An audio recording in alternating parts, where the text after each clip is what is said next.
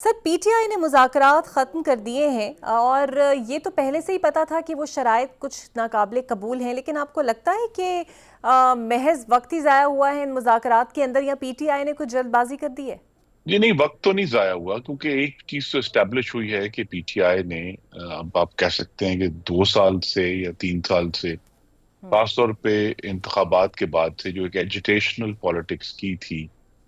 سڑکیں بند کرنے کی، آگ لگانے کی، یا 5 ہمارے رینجرز کے نوجوان شہید ہوئے، ایک پولیس مین شہید ہوا، ان کا یہ جو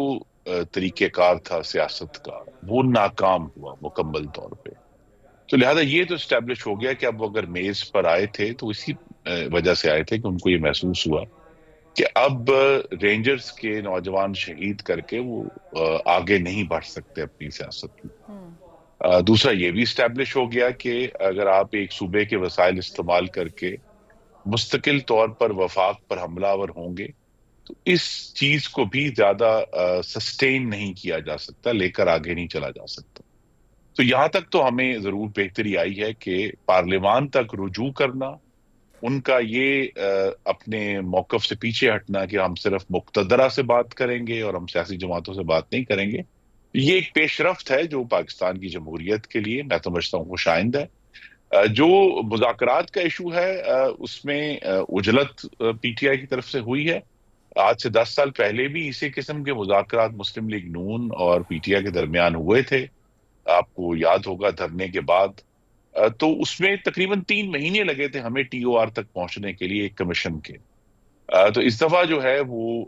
غالباً تحریک انصاف میں اجلت زیادہ ہے، اور یہ بھی انہیں سمجھ آنی چاہیے کہ کن پٹی پر بندوق رکھ کر تو مذاکرات نہیں ہوتے کہ جی اتنے دن میں ہوا اور اتنے گھنٹے میں ہوا تو ہم کریں گے ورنہ ہم نہیں کریں گے۔ تیسرا جو ہمیں ایک خوش آئند بات اس میں نظر آئی وہ یہ کہ حکومتی جو جماعتیں ہیں انہوں نے مل کر یہ مذاکرات کیے، صرف مسلم لیگ نون اس میں شامل نہیں تھی، اگرچہ حکومتی ذمہ داریاں صرف مسلم لیگ نون نے اور ایم کیو ایم نے اٹھائی ہیں، لیکن پیپلز پارٹی بھی اسی پروسیس کا پورا حصہ تھی۔ تو لہٰذا یہ اس میں پیش رفت ضرور ہے، اور ابھی بھی جیسا کہ عرفان صدیقی صاحب نے کہا جو سربراہ تھے مسلم لیگ نون کی طرف سے، کہ ہم گفتگو کرنے کے لیے ہمیشہ تیار ہیں، آگے بڑھنے کے لیے ہمیشہ تیار ہیں، اور یہ جو طریقہ کار تھا کہ جی یہ ایسے ہوا تو ایسے نہیں ہو جائے گا،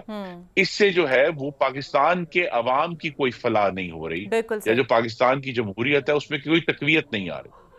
بالکل ٹھیک۔ اچھا سر، یوسف رضا گیلانی سینٹ اجلاس کی صدارت اس لیے نہیں کر رہے کہ اعجاز چودھری کے پروڈکشن آرڈر پر عمل نہیں ہو رہا۔ آپ کو لگتا ہے اتنی ہی بے اختیار حکومت ہے تو پھر سوال تو اٹھیں گے کہ پھر نتیجہ خیز مذاکرات ہو کیسے سکتے تھے؟ نہیں، میرے خیال میں تو حکومت کے پاس اختیار ہے، اور حکومت کو اپنا اختیار استعمال کرتے ہوئے جو سینیٹر صاحب ہیں ان کو سینٹ میں پیش کرنا چاہیے۔ جو اس کی کوئی اندرونی پیچیدگیاں ہیں ان سے تو میں آگاہ نہیں ہوں، لیکن پارلیمان کے ایک سابق رکن ہونے کے ناطے ہمارے تمام جماعتوں سے اختلافات ہو سکتے ہیں۔ ہمیں وہ طریقہ کار اختیار نہیں کرنا جو پی ٹی آئی نے اپنے دور حکومت میں کیا تھا، جس میں مسلم لیگ نون اور پیپلز پارٹی کے بہت سارے جو اراکین حراست میں تھے ان کو کئی کئی مہینے جو ہیں وہ پروڈیوس نہیں کیا گیا۔ یہ جو ہے جمہوریت کے لیے بہتر یہی ہے کہ جو بھی اراکین پارلیمان ہوں ان کو یہ نہیں ہے کہ ہمیں کوئی جماعت اچھی لگتی ہے یا کوئی ایک شخص اچھا لگتا ہے یا نہیں لگتا، اصل ایشو یہ ہے کہ ہمیں ان لوگوں کا احترام کرنا ہے جنہوں نے منتخب کیا ہے۔ میں رہ نہیں سکتا آپ کو یاد کرائے بغیر کہ اس پورے دور میں جب رانا ثناء اللہ کے اوپر ایک بہت ہی غلط کیس بنایا گیا،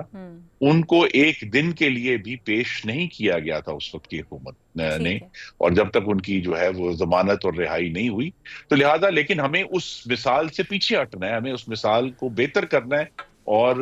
میری یہ توقع ہے کہ آنے والے دنوں میں جو بھی سینٹ کا اجلاس ہوگا اس میں سینیٹر صاحب کو پیش کر دیا جائے۔ بالکل صحیح۔ اچھا سر، ایک اور سوال کہ 26ویں آئینی ترمیم کے حوالے سے، ایک تو جب سے یہ ترمیم ہوئی ہے لگ رہا ہے کہ عدلیہ میں اختلافات اور تقسیم اور بڑھ گئی ہے، منصور علی شاہ نے ایک اور خط لکھ دیا ہے، دوسری جانب بلاول صاحب بھی کہہ دیتے ہیں کہ کوئی اس ترمیم کو رول بیک نہیں کر سکتا، کوئی اس کے اوپر نظر ثانی نہیں کر سکتا، کہ جیسے یہ اختیار بھی سپریم کورٹ سے لے لیا گیا ہے۔ جی نہیں، ہمیں اپنے ذہن میں بڑی صراحت کے ساتھ یہ بات سمجھ لینی چاہیے کہ سپریم کورٹ کا اپنا ایک دائرہ کار ہے جس کا ہم احترام کرتے ہیں اور کرتے رہیں گے، لیکن قانون سازی براہ راست آئین پاکستان کے تحت پارلیمان کا اختیار ہے، اور قانون سازی کے تحت ہی باقی تمام جو ادارے ہیں ان کے جو رولز ہیں وہ سیٹ ہوتے ہیں۔ تو اگر عدلیہ کی کے جو احکامات ہیں یا اس کے جو فیصلے ہیں وہ اس وقت تک ان میں وہ پوری لیگل فورس ہے جب تک پارلیمان اس کے بارے میں کوئی بات نہیں کر دیتی۔ تو ایک دفعہ جب پارلیمان نے اپنا ایک فیصلہ کر دیا کہ قومی اسمبلی سے اور سینٹ سے 2/3 اکثریت سے وہ بل پاس ہو گیا، صدر مملکت نے اس کی توثیق کر دی، تو پھر وہی ملک کا قانون ہے، اور عدلیہ کے پاس، میں شاید اس معاملے میں زیادہ سخت ہوں، لیکن آئین پاکستان کے ایک قومیں چھیڑنے کا بھی حق نہیں ہے پاکستان کی عدلیہ کو۔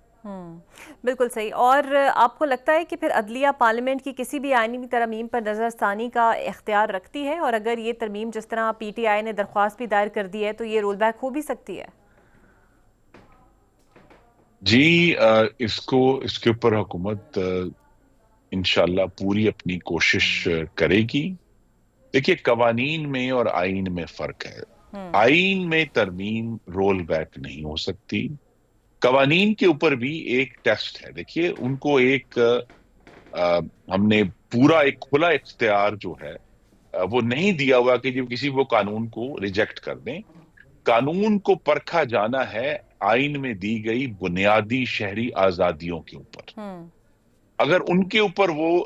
قدغن لگا رہا ہے تو پھر عدلیہ یہ کہہ سکتی ہے، اور عدلیہ یہ نہیں کہہ سکتی کہ جی ہم جو ہے یہ قانون ہوگا۔ عدلیہ یہ کہہ سکتی کہ یہ قانون بنیادی شہری آزادیوں کے خلاف ہے، تو لہٰذا ہم اس کو واپس بھیج رہے ہیں کہ پارلیمان اس پر ترمیم کرے۔ تو لہٰذا ہمیں یہ ان کے پاس ایک بلینکٹ اتھارٹی نہیں ہے کہ اگر انہیں کوئی قانون اچھا نہیں لگ رہا تو وہ کہہ دیں کہ یہ تو غیر آئینی ہے۔ ان کے اوپر ایک باقاعدہ معیار ہے جس پر پرکھا جانا ہے۔ تو حکومت بھی اگر یہ عدالت میں آگے بڑھتا ہے تو حکومت بھی انشاءاللہ پوری تیاری کے ساتھ ثابت کرے گی کہ 26ویں آئینی ترمیم پاکستانی شہریوں کی، عدلیہ کی نہیں، شہریوں کی کسی بنیادی آزادی کو طلب نہیں کر رہی۔ باقی پارلیمنٹ کے پاس پورا ایک اختیار ہے آئین کے تحت کہ وہ کسی بھی ادارے کے رول سیٹ کرے، اور بار بار ہمیں پڑھنے کی ضرورت ہے آئین کا ابتدائیہ جو یہ کہتا ہے کہ اللہ تعالیٰ کے بعد اس مملکت کا اختیار اعلیٰ منتخب نمائندوں کے ہاتھ میں ہوگا، اس میں کسی ادارے کا ذکر نہیں ہے۔ بالکل صحیح۔ اور سر، پی کا کی بات